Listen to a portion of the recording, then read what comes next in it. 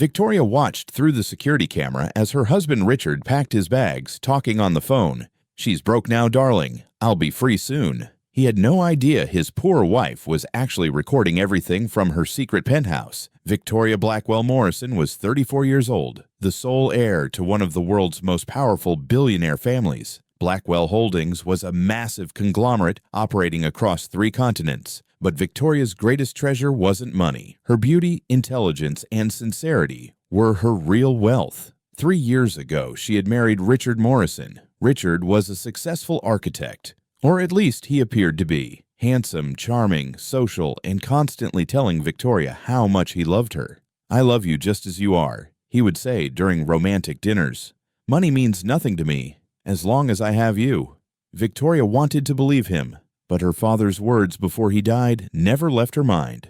"Victoria, your wealth can be a blessing, but it can also be a curse. People will pretend to love you, but they'll actually love what's in your pocket. Be careful." Recently, she had started noticing changes in Richard. He was spending more money, showing an obsession with luxury items, using Victoria's credit cards without asking. Last month, he had ordered a $200,000 car in his own name without Victoria's permission. "This is our car," he had said when Victoria objected. "I'm your husband. Doesn't your money mean my money too?" Victoria had been disturbed. Was this the language of love or greed? That night, she decided she wanted to test Richard, but this wouldn't be an ordinary test. This would reveal his true character, the greatest performance of her life. The next day, she called her trusted lawyer, Michael Roberts. "Michael, I need a very special favor from you." Michael had been working with Victoria's family for 20 years. "I'm always at your service, Victoria. We need to temporarily hide all my assets. I need to appear broke on paper." Michael was surprised. "This is very risky, Victoria. Why do you want such a thing?" "To find out if my husband truly loves me." The plan was complex but perfect. Officially, Blackwell Holdings would experience a major financial crisis. All of Victoria's accounts would be frozen, her homes would go up for sale, her lifestyle would completely change. But in reality, all assets would be transferred to secure offshore accounts under Michael's control. Additionally, Victoria had purchased a secret penthouse that Richard knew nothing about. This would be her real living space. In the house she shared with Richard, she had installed hidden cameras. She would record Richard's every move, every phone conversation. Monday morning, the plan went into action. Victoria sat across from Richard at breakfast. Her face was pale, her hands trembling. "Richard, I need to talk to you." Richard continued reading his newspaper. "Sure, honey, what's wrong?" "There's a major crisis at the holding company. One of Dad's old partners has been exposed in a massive fraud. There are billions in losses." Now Richard paid attention. "What do you mean?" Victoria's eyes filled with tears. "We're bankrupt, Richard. We've lost everything." Richard's expression changed, first shock, then panic. "How bad is it?" "This house, the cars, the accounts. Everything is under seizure. The lawyer says foreclosure will come in a few days." Richard stood up. "This is impossible. You're the daughter of a billionaire family." "Not anymore," Victoria said, crying. "It was a planned fraud from start to finish. The legal process will take years. By then, we'll have nothing." Richard began pacing the living room. Victoria watched him. His first reaction wasn't to comfort his wife, but to panic. "So what do we do now?" Richard asked. "We'll find a small rental apartment. I'll need to look for a job. You too." Wait, Richard said, raising his hands.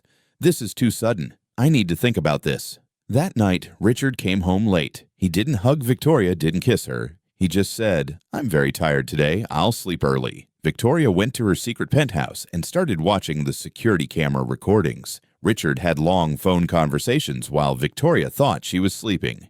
"Yes, Mom, you heard right. Victoria has no money left. I don't know what I'll do. I've gotten used to this lifestyle for 3 years."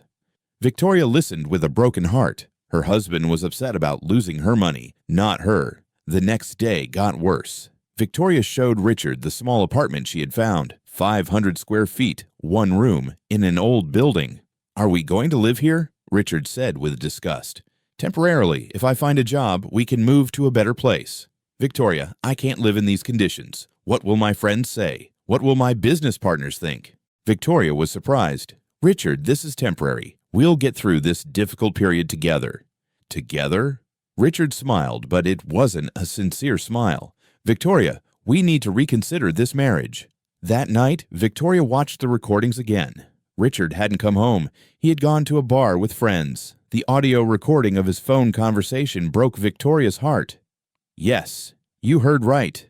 Victoria is now broke. We were married for 3 years. They were good times, but now it's over. Yes, I'm thinking about divorce," Victoria cried. But these weren't tears of sadness. They were tears of anger. On the third day, Victoria continued her performance. She started packing things from the house and moving them to the small apartment. Richard didn't help, just watched. "Are you taking your jewelry too?" he asked. "I might need to sell them," Victoria said. "We need money to live." Richard's eyes lit up. Maybe I could sell them. You're not emotionally ready for this." Victoria calculated internally. Richard was even ready to sell her jewelry. On the fourth day, Victoria said she had started working. Actually, she went to her secret penthouse every morning, but told Richard she was working as a waitress in a cafeteria. "How much money do you make per day?" Richard asked. "With tips $80 to $100. Richard's face wrinkled. "That's nothing compared to our old lifestyle." That night, Richard went out again. Victoria watched the recordings and was shocked. Richard had met with Victoria's old friend Melissa. Sitting in the restaurant, Richard was sitting close to Melissa. "My life has darkened, Melissa," he was saying. "Victoria is no longer the old Victoria. Victoria without money is very different. Stressed, unhappy, constantly anxious." Melissa replied, "Maybe this is temporary, Richard. You love Victoria." "I love her, of course, but love isn't everything. We need to be realistic. I'm 38 years old. I can't spend the rest of my life in poverty." Victoria saw Richard touching Melissa's hand on the screen. Her heart shattered. On the fifth day, when Richard came home, he told Victoria she needed to sit down. "Victoria, I'm unhappy here. This lifestyle isn't for me." "What do you mean?" "I'm saying let's divorce. This marriage isn't working anymore." Victoria continued acting. "Richard, I love you. This difficult period is temporary. We can overcome it together." "No, Victoria, I love you, but that's not enough. People should have goals in life. I can't live in these conditions." Richard packed his bag. "I'll stay at a friend's for a few days. You think about this too." Victoria was left alone, but now she knew the truth. That night, sitting in her secret penthouse, she called her lawyer, Michael. "Michael, the plan continues, but I need to see what Richard is doing." "What do you mean?" "Have him followed. I want to know every place he goes, every person he talks to." A week later, a report came from Michael. Richard continued meeting with Melissa. Also, he was calling Victoria's old friends, telling them, "Victoria's situation is very bad. She needs help, but I'm no longer responsible." Worst of all, Richard had started looking for lawyers to file for divorce. Victoria had seen enough, but she wanted to do one final test. 10 days later, Victoria called Richard and suggested meeting. "We need to talk." They met at a cafe near their old house. Richard was surprised when he saw Victoria. Victoria looked very tired. The last 10 days had indeed been very difficult. "Richard, I'm asking you one last time. Will you give our marriage one more chance?" Richard took a deep breath. "Victoria, you're a wonderful woman, but I'm a realistic person. Love isn't everything. A person's lifestyle is also important." "Is money more important than me?" "This isn't about money. It's about quality of life. Victoria, you grew up in a wealthy family. You don't know what poverty is. I do. I can't live in these conditions." Victoria asked one last time, "So your answer is final?" "Yes. I've decided on divorce." Victoria smiled. For the first time in 10 days, she smiled so sincerely. "Richard, I want to show you something." She took out her phone and showed Richard a video. Richard froze when he saw himself. "What is this?" "Recordings from the last 10 days. Your meetings with Melissa. Your conversations with friends about me. Your lawyer searches. Everything." Richard's face turned pale. "Victoria, what do you mean?" Victoria stood up. "I was never poor, Richard. This was a test." "What?" "Blackwell Holdings is doing very well. I have trillions worth of assets. The last 10 days were a game to learn your true character." Richard's mouth fell open. "This is impossible." Victoria made a quick phone call. "Michael, come pick me up." 5 minutes later, a black Rolls-Royce parked in front of the cafe. The driver opened Victoria's door. "This wasn't a game, Richard," Victoria said. "This was real. You showed your true character. In love when there's money, an enemy when there's no money." Richard jumped up. "Victoria, wait! I love you. This is a misunderstanding." "No, Richard, you never loved me. You loved the money." Victoria got in the car. Richard ran after her. "Victoria, please! I made a mistake. One more chance." Victoria rolled down the window. "Richard, you used your chance. For 10 days, you had a chance every day. Every day you could have chosen me, but every day you chose money." As the car drove away, Victoria watched Richard in the rearview mirror. He was left on the street, looking helpless. That evening in her penthouse, Victoria discussed the final details with Michael. "I've prepared your divorce petition," Michael said. "Richard has no rights because there's a prenuptial agreement. What if Richard objects? The video recordings you have are very strong evidence. Also, Richard's relationship with Melissa can be used as grounds for divorce." Victoria looked at the city from the window. "Michael, investigate Richard's financial situation. If he's really in trouble, let's give him cash assistance." Michael was surprised. "Why? He betrayed you." "Because I'm not like him. I haven't lost my humanity." The next week, the divorce process began. Richard's lawyer still had no knowledge of Victoria's wealth. He thought Victoria was poor. On the court day, Richard came dressed in a smart suit. He tried to smile when he saw Victoria. "Victoria, we can still reconsider this." "No, Richard, I've decided." The judge listened to the details of the case. Richard's lawyer made the defense that my client was forced to live in very difficult conditions. Then Victoria's lawyer spoke. "Your Honor, I want to show the truth." Video recordings were shown in the courtroom. Richard's conversations with Melissa, what he said about Victoria, his lawyer searches.